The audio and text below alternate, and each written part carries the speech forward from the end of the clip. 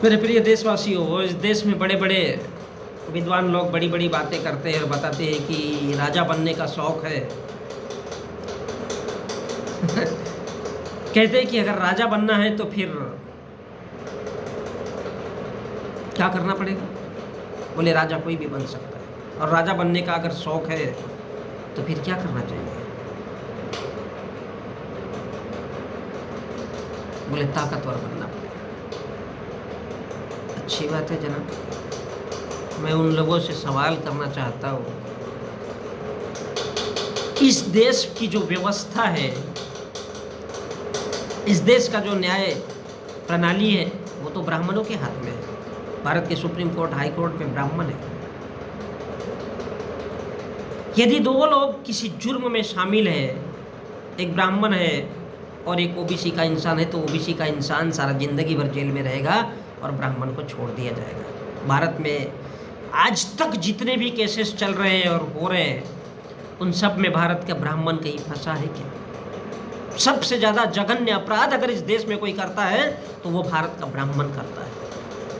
जघन्य अपराध,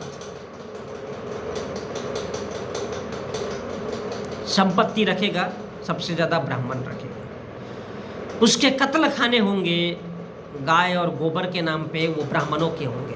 वो बदनाम किसके नाम पे करेगा? मुसलमान के नाम पे करेगा।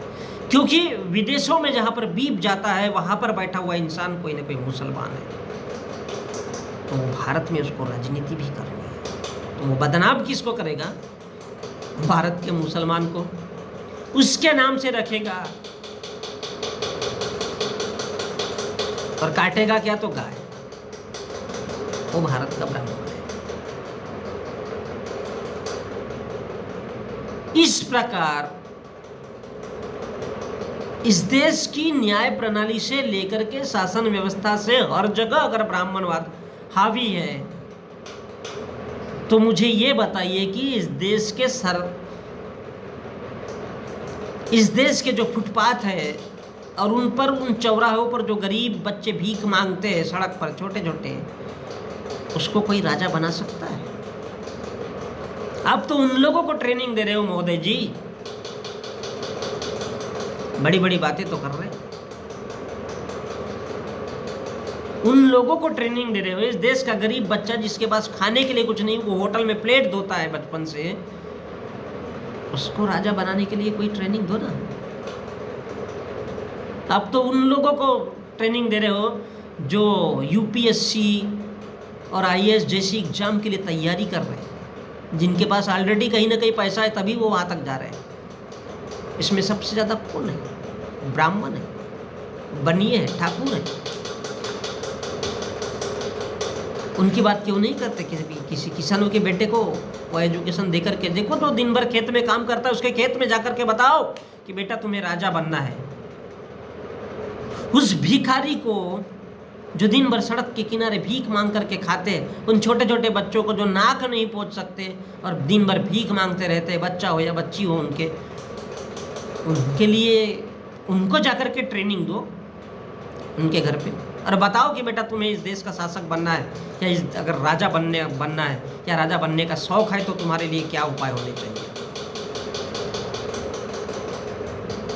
सबसे पहले तो हमें यह देखना है कि हमारे देश की विशेषता क्या है और इसमें क्या चल रहा है। उनको बना करके दिखाओ, उनको जाकर के ट्रेनिंग दो भाई। सबसे पहले इतना ही बता दो कि वो बच्चे कैसे पढ़ेंगे लिखेंगे। इस देश में एजुकेशन इतना भी नहीं कि जो माँ बाप अपने बच्चों को स्कूल नहीं भेजना चाहते, उनको 6 से 1 साल तक की सजा होना चाहिए, चाहे वो बेटा, चाहे किसी भिखारी का हो या किसान का हो या किसी मजदूर का हो, उन पर प्रतिबंध होना चाहिए। क्या इस देश में आज तक 75 साल का हम लोग अमृत महोत्सव तो मना रहे, लेकिन कभी सुप्रीम कोर्ट ने इस बात का जिक्र किया है एजुकेशन पर? नहीं। भारत का सुप्रीम कोर्ट का साला ब्राह्मण जज ये बोल ही नहीं सकता। उसको मालूम है कि उसके बेटे के लिए सबसे पहले नुकसान होगा, क्योंकि उसका बेटा उस लायक है ही नहीं। वो तो जघन्य अपराधी है, पैदाइश ही वो अपराधी है, झूठ बोल करके पेट भरता है। और यही तो होना चाहिए। इसलिए इस देश के सुप्रीम कोर्ट का, हाई कोर्ट का ब्राह्मण जज साला 10 जन्म अगर भी ले ले तब भी ये बात नहीं बोल सकता।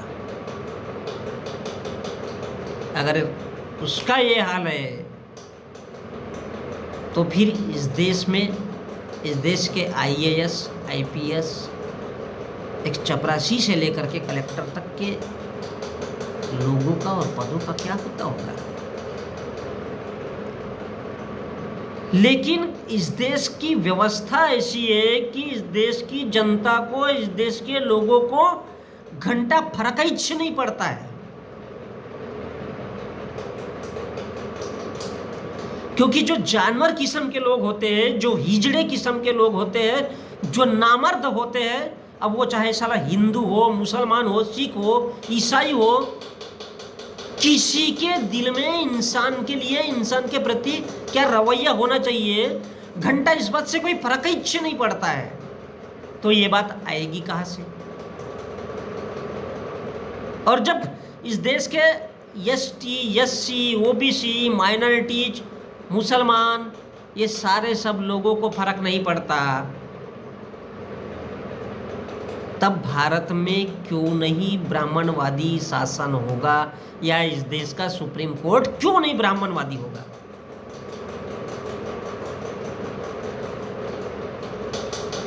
क्यों नहीं होगा? जब इस देश के लोग ही नहीं चाहते।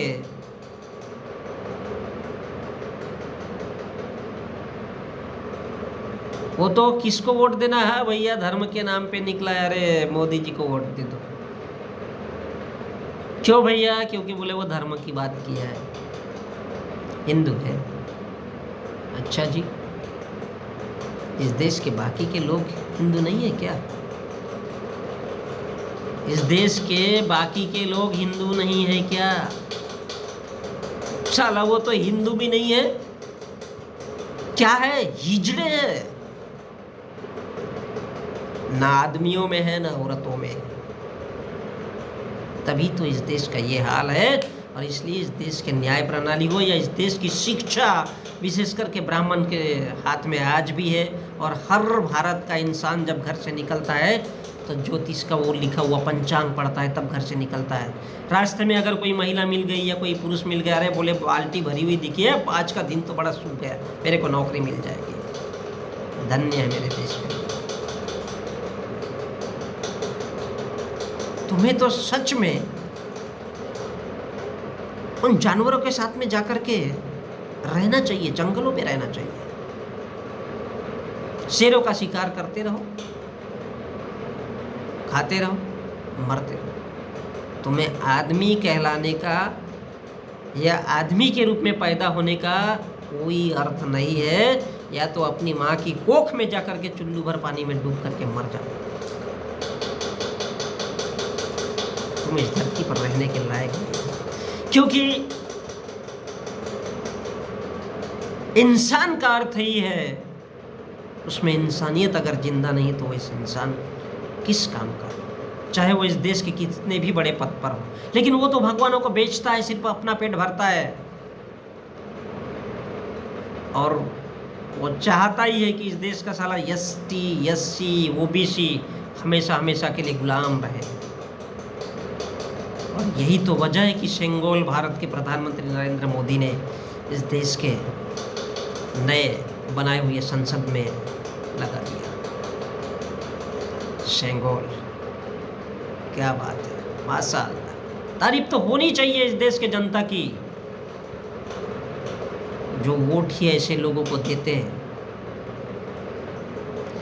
जो हिजड़े समाज में पैदा हुए, हिजड़े जातियों में पैदा हुए, जिनकी कभी कोई औकात नहीं हो सकती। और वो अगर हजारों जन्म भी ले लेंगे तब भी वही हिजड़े के हिजड़े ही बने रहेंगे। तो धन्य है मेरा देश और मेरे देश के लोगों। मैं तो हैरान हुई इस बात पर कि किसने तुम्हें इंसान के रूप में पैदा किया है।